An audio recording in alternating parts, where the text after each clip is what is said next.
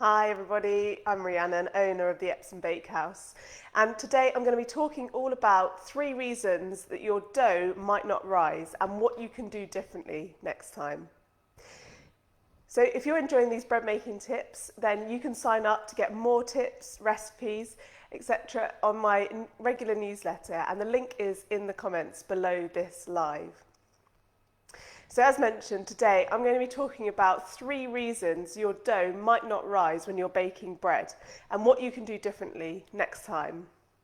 So it's really important to have well-risen bread dough. Your dough fills out with gas and that makes that light, airy inside of your final loaf. And so if your dough doesn't rise, unfortunately your dough is going to be really tight and you're going to end up baking something more like a brick rather than the bread that you were hoping for. So instead, if you are making bread and instead of seeing a well-risen dough like this, full out with gas and ready to be formed into a delicious loaf, and instead you're looking at something that's still the same size as when you left it and when you mixed up that dough, then here's 3 reasons why that might have happened. First off, perhaps your dough was too dry. Now that does sound a bit strange, and it's something to think about when you are making your dough. So you might start making your dough and think, oh my gosh, it's really sticky and I need to add more flour. That means I've done something wrong. Well, you need your dough to be really stretchy and elastic, and that means adding in a bit more liquid, and perhaps it will be a bit sticky. If your dough can't stretch and isn't really elastic, then it isn't going to rise. It will stay clumped together and it won't fill out with gas and form that light, airy loaf at the end. So number 1, your dough might have been too dry. So don't let your dough dry out, and don't add in too much flour when you're kneading your dough. Number 2, you might not have left your dough long enough to rise.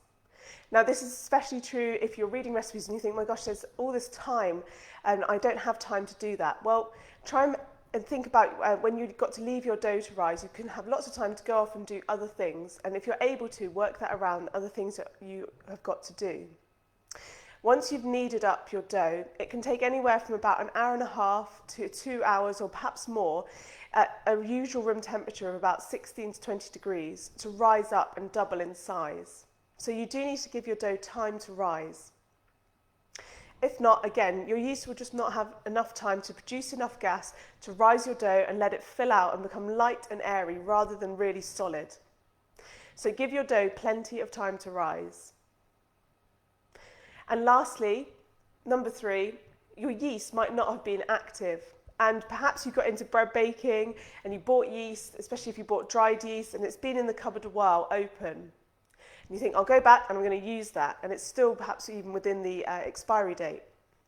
Well, do check if your yeast is active, because that is key to filling out your dough with gas. That is, the yeast is producing that gas and rising your dough. And if your yeast aren't working, then that's never going to happen. So check that your yeast is active. You can mix dried yeast with a little bit of water and sugar, and it should start bubbling within about 10 minutes. If not, it's probably not going to work in your dough either. So that was just 3 quick reasons why your dough might not rise. It's important to have your dough rise up and fill out with gas to produce that loaf rather than not a brick. So 3 reasons. Number 1, your dough might have been too dry.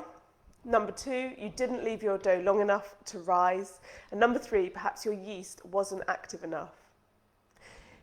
So let me know if that's been helpful, and if you've got any other bread making tips you'd like answered in the comments below this live.